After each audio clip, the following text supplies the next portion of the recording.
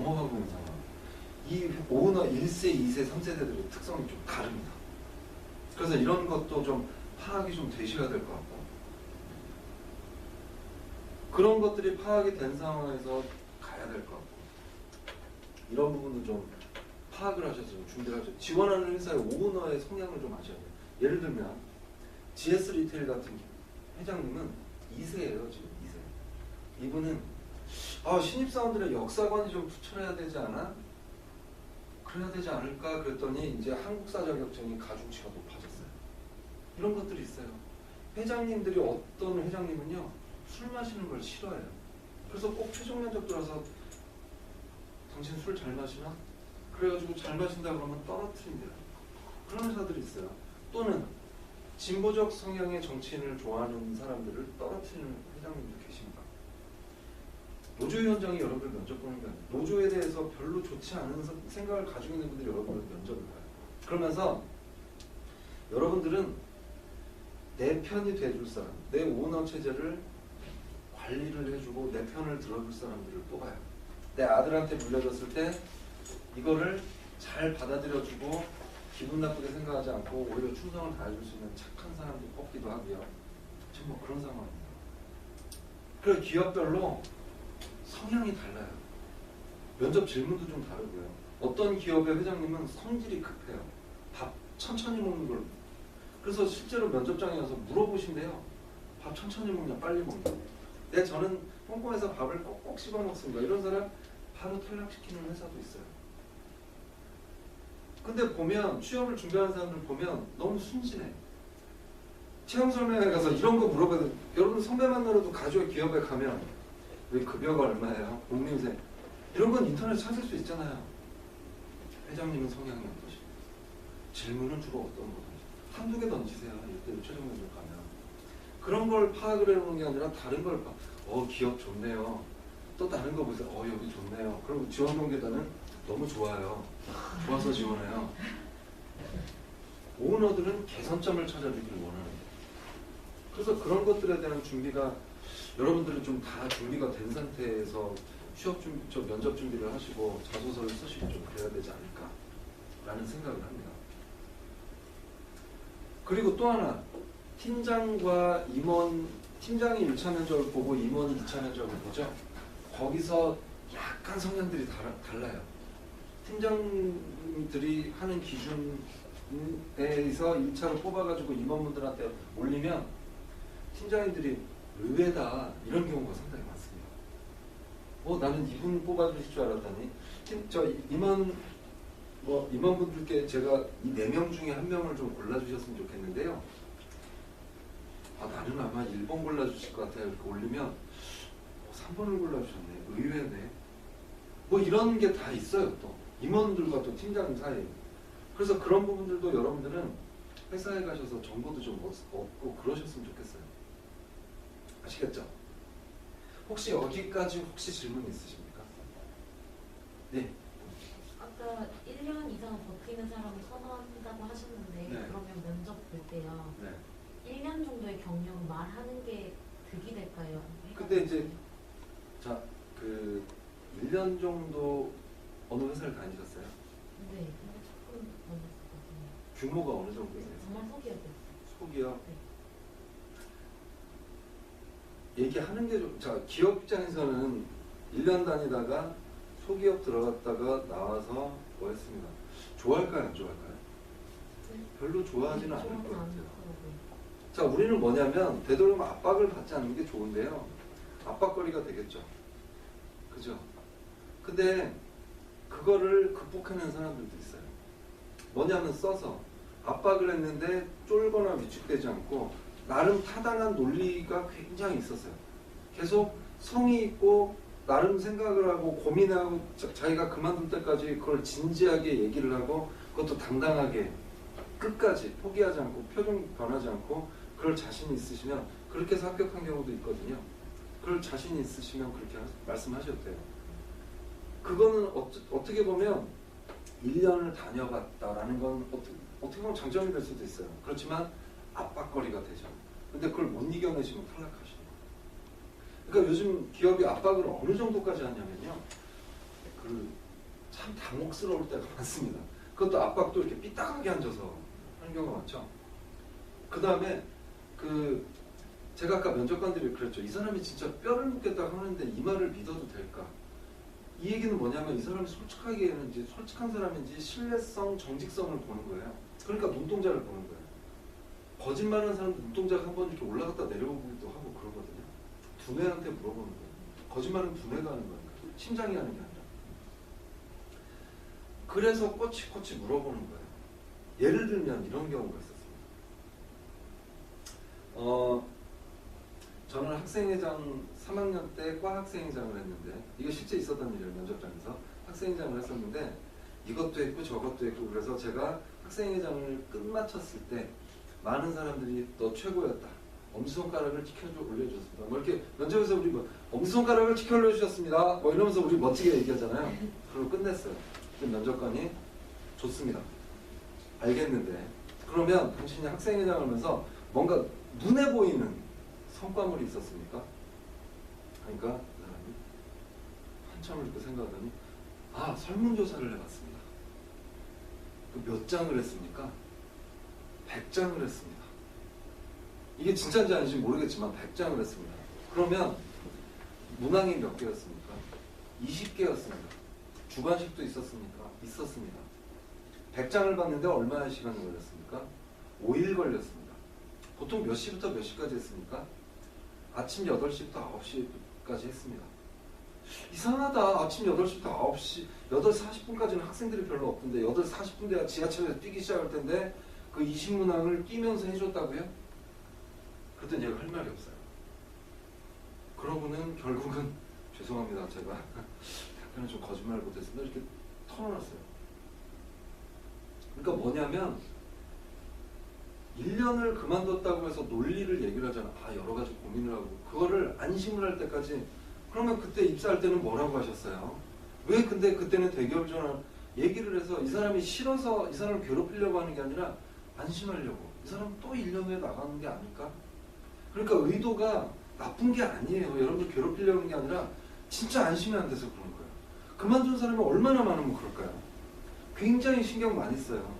저 정말 그런 적 있어요. 관상 잘 보는 사람 추천해달라고 하는 분 계세요. 그래서 제가 추천해드렸어요. 그러니까 기업은 정말 이렇게 하는 게 진짜 궁금해서 묻는 거예요. 그러려고 그러면 여러분들 이제 진지하게 꼼꼼하게 준비가 돼 있어야 되겠죠. 그럴 자신 있으시면 얘기하세요. 네, 또 다른 질문 없으세요? 질문이? 네. 서류 같은 거 쓸 때 지원 동기 쓰잖아요. 네. 근데 솔직히 그 지원 동기 살짝 거짓말 못해서 네, 서류는 그렇죠. 쓰는데 예. 면접에 가서 막 지원 동기 묻게 되면 네. 혹시 서류 썼던 대로 얘기를 해야 되는데 좀 거짓말을 못해서 하면 자, 근데 들키지 않을까? 자, 제가 지금 말씀하신 거에 대해서 충분히 이해합니다. 지금까지 혹시 몇 개 쓰셨어요? 쓰신 거 있어요? 몇 개? 올해요? 작년하고 올해요? 합쳐도. 작년에 몇 개 썼어요? 20개? 자, 그렇죠. 20개를 쓰죠. 그죠? 20명한테 청문을 하는 거랑 똑같아요. 그래서 여러분들이 뭐 보통 20개에서 요즘 50개는 쓰더라고요. 그죠? 여러분들도 좀 그러셨거나 그럴 마음이거나 그래야 마음이 놓일걸요? 근데 지원 동기를 기업마다 솔직하게 구체적으로 하기가 어려워요. 그렇잖아요. 은행도 써야 되겠고 항공사도 써야 되겠고 제조업체도 써야 되고 벤처도 써야 되겠고 작은 기업도 써야 되고 공사도 써야 되고 큰 기업도 써야 되고 유통회사도 써야 되고 호텔도 써야 되고 지원 동기를 다 다르게 있는 그대로 얘기하기가 쉽지도 않고요. 그러니까 제일 먼저 의존하는 게 뭐죠? 인터넷 보는 거예요. 이렇게. 인재상이 이렇구나. 내가 이렇게 살아왔던 것이 기사의 인재상과 닮아 있습니다. 이제 이런 거 나오는 거죠. 그죠? 혹은 인재상은 누구나 다 쓸 것 같아요. 그러니까 이제 기사를 이렇게 보는 거죠. 이런 신규 사업을 추진하는구나. 이런 도전 정신을 만나. 도전 정신을 추구하는 저와 당신의 회사의 모습이 닮아 있습니다. 이제 이렇게 쓰는 거죠. 그죠? 근데 사실 저는 이게 거짓말은 아니라고 생각을 해요. 짜낸 거라 여러분들의 노력의 흔적이에요.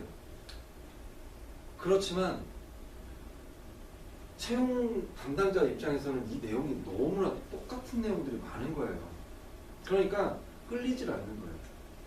CJ는 어떻게 자기소개서를 평가를 하냐면요. 어느 정도 스펙으로 걸른 다음에 심사관들을 불러요. 충무로에 가면 거기 뭐가 있대요. 거기다 모여서 80장씩 나눠줘요. 자소서 80개씩. 그럼 4시간 시간 줍니다. 그러면 이제 거기서부터 A, B, C 이렇게 매기는 거예요. 이 사람들이. 다 차장, 부장급들이에요. 근데 제가 되게 재밌는 얘기를 들었어요. 자기가 본 이번에 심사한 사람한테 얘기 들었어요. 자기가 80장을 했는데 ENM 했어요. CJ ENM. 80장을 했는데 78명이 똑같은 내용을 썼더래요. 78명이 80명 장 중에. 그 내용이 뭐냐면 지원 동기가 거의 똑같아요. 뭐 최근에 뭐 한류 열풍을 하고 막 이런 거. 근데 걔들도 어쩔 수가 없었을 거예요. 왜냐하면 CJ ENM만 쓰는 게 아니잖아요. 또 포스코에 대해서도 써야 돼. 포스코도 들어가서 봐야 돼. 근데 여러분들 제가 부탁드리는 건 50개를 쓰시더라도 3, 4개 정도는 좀 더 공을 좀 들여주셨으면 좋겠어요. 좀 더 개인적인 이유가 있었으면 좋겠어요. 다 개인적인 이유가 있을 수는 없잖아요. 근데 3, 4개 정도. 예를 들면 제 제자 중에 그 50번을 탈락한 친구가 있어요. 학점이 3.5였고요. 그 다음에 이공계하고 인문계를 섞어놓은 학과, 여러분들 아시죠? 뭐 정보 경영, 뭐 경영정보 이런 데 있죠? 취업을 위해서 이렇게 전공을 섞어놓은 데가 있는데 학점이 3.5고 토익이 없고요. 자격증은 아예 없었어요. 그리고 50번을 탈락하고 제 수업을 들어왔는데 멘붕 상태였습니다. 눈을 잘 못 마주쳐요. 자신감도 떨어진 거예요. 그래서 왜 토익 점수가 없니? 그랬더니 그 영어가 골치래요. 그러면 우선 스피킹 점수부터 따자. 그래가지고 대기업은 삼성, 그리고 은행은 기업은행 정도 스펙을 많이 보지 않으니까 삼성 스펙 많이 안 보죠, 그죠? 그리고 나머지는 중소중견기업을 좀 하자. 너의 그 좀 그런 걸 현실을 감안하면서 그랬다가 결론적으로는 삼성 SDS하고 기업은행을 동시에 합격을 했습니다. 근데 이 친구도 50군데 쓸 때 자소서를 보니까 여러분들이 고민하는 건 똑같아요. 어떻게 하겠어요? 여러분들이 뭐 50개를 다 돌아다녀 보겠어요? 어떻게 하겠어요? 그래가지고 얘가 최종 면접을 갔는데 서울대, 고대 얘가 있어요. 서울대, 고대 애들은 지원 동기에 대해서 이렇게 얘기해요.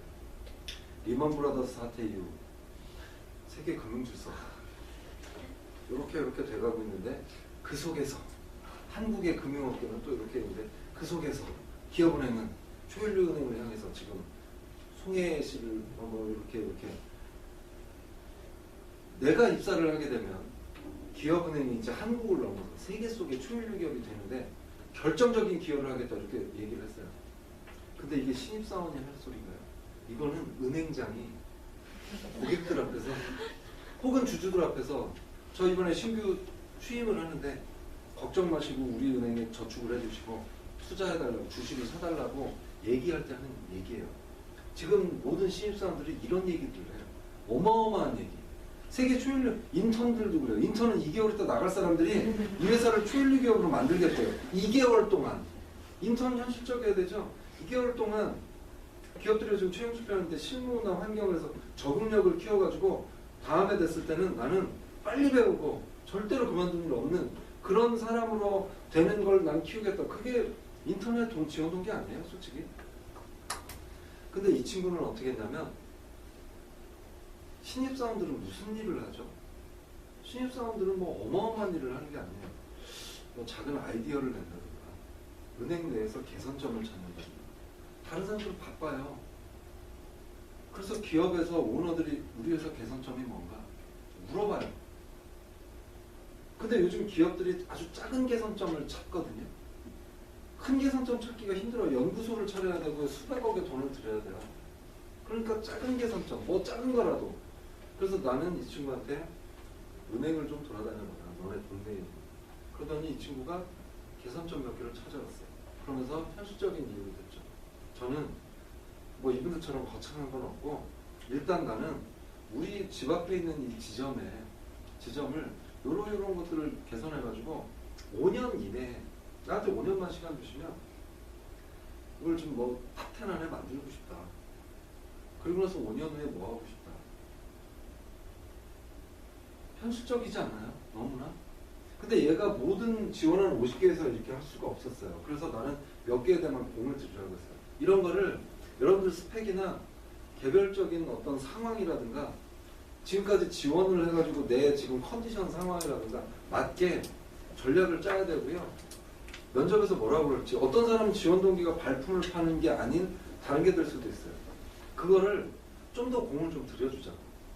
어떤 남자가 있는데 결혼이 하고 싶어요.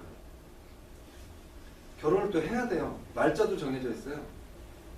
이 예식장도 잡아놨어요. 근데 신부가 없네요. 어떻게 해야 되죠? 여러분들처럼 이제 사랑하는 사람은 막상 없지만 그냥 행운의 편지 50장 같은 내용 써가지고 이름만 바꿔서 이렇게 막 돌려야 될 거예요. 일단 최고의 남편이 되드리겠습니다. 김세준 최고의 남편이 되드릴게요. 최고의 남편 되드린다니까요. 저희 집안 재산은 이렇고요. 막 연락 주세요. 똑같은 내용이에요. 거의. 여러분들 몰라. 연락을 기다려요. 여러분들 연락해요 이 남자한테? 안 하죠? 그럼 똑같아요. 근데 내가 만약에 요 두 사람은 내가 잘 알아. 그래도 두 사람은 내가 짝사랑하기도 해봤어. 그래가지고 연락이 안 오더라도 이 두 사람만큼은 뭘 하겠다 해가지고 좀 더 딴 사람보다 공을 들여가지고 이 사람들이 궁금해하고 관심 있어하는 내용까지 써가지고 좀 더 공을 들여줬어요. 그러면 두 명은 연락할지도 몰라요. 이게 바로 우리나라에서 요즘 하는 거예요. 50개 지원을 해서 좀 더 공들인 데에서 여러분들은 서류전형 통과 때 연락이 올 거예요. 그럼 가서 면접 보시면 되는 거예요. 지금까지 여러분들은 이 남자랑 똑같은 비중으로 많은 기업에다 이렇게 했을지도 몰라요. 그러니까 이런 거를 여러분들 삶까지 돌아봐야 돼요. 당신들은 공을 들일 기업들이 도대체 어딘가? 이런 거를 뭐 여러분 스스로 찾을 수도 있겠고 학교에 가서 찾을 수도 있겠고 뭐 취업지원관이랑 찾을 수도 있겠고 저 같은 사람이랑 찾을 수도 있겠고 기업도요 공을 들였지만 이 사람은 최근에 공 들인 건 알지만 도대체 내 사람이 아니야 이럴 수도 있어요. 그러니까 그런 거는 개별적으로 여러분들이 좀 고민도 하시고 그래서 공들일 기업 3-4군데는 찾으셔야 돼요. 엄한 데 찾지 마시고요. 정말 내가 갈 수 있는 데를 찾으셔야 돼요. 그래서 도전을 하셔야 돼요. 네. 궁금한 게 있는데요. 네. 직접 찾아간다든지 이렇게 해서 네. 공들이라고 네. 말씀하셨는데 특히 B2B 기업 같은 경우에 그렇죠. B2B 기업 같은 경우. 어떻게 해야 될지 하면 B2B 기업 같은 경우는요. 그 기업 분석을 좀 하셔야 돼요. 업종 분석하고 기업 분석을 하셔야 되는데 기업 분석 틀들이 있습니다. 학교에서 그런 거 혹시 뭐 강의나 이런 거 안 하시고 여러 가지 틀들이 있어요. 물론 이건 꼭 B2B만 그런 건 아닌데 이렇게 어디 뭐 올리브영 뭐 현대자동차 이런 데 우리가 가볼 수가 있잖아요. 아는 사람 없어도 뭐 이마트도 가볼 수 있으면서 개선점 찾아 은행도 우리 충분히 번호표 뽑아가지고 할 수도 있지만 B2B 같은 경우는 어렵죠, 그죠? 아는 사람 없으면 들여보내지도 않아요. 그럴 때는 틀을 가지고 한번 쭉 회사를 한번 업종이라든가 이런 걸 한번 훑어봐야 돼요.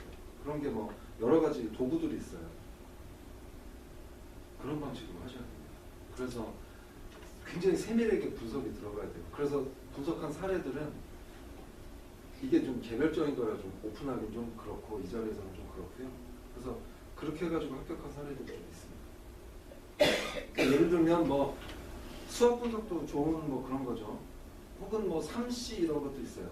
커스터머, 컴피티터, 뭐 컴퍼니 뭐 이런 것도 있고 여러 가지들이 있어요. 근데 저는 그런 것들을 전부 다 한 번씩 해보게 그동안 했었거든요. 그러면 하루 종일 도서관을 처박혀가지고 결국에는 이 회사나 이 업종에 대한 지식 면에서는 1등이 되더라고요. 여러분들은 스펙에서 1등하기 굉장히 힘들 거예요. 다른 거에서 1등할 수 있는 것들을 찾으셔야 돼요. 그거는 B2B를 지원하더라도 어떤 회사는 방금 말씀하신 대로 그렇게 해야만 하는 회사가 있고요. B2B에도 불구하고 좀 뭐 가서 포스코라든가 저는 이제 그런 사례들이 좀 있었는데 직접 가서 할 수 있는 사례들도 있고요. 그런 이제 상황에 따라 좀 기업이나 개인사에 따라 좀 다르겠죠. 지원하는 직무에 따라 다르고 어디 지원을 하시고 있는 직무는? 마케팅이나 영업 기획 쪽, IT 컨설팅. 아, IT 컨설팅. 예, 하여튼 뭐 그런 방식, 도구라든가 그렇게 하면 되는 것 같습니다. 그리고 그래서 성공한 사례도 좀 있어요. 여러분들 지금 혹시 스펙 때문에 두려워한다거나 그러지 않으셨으면 좋겠어요. 보면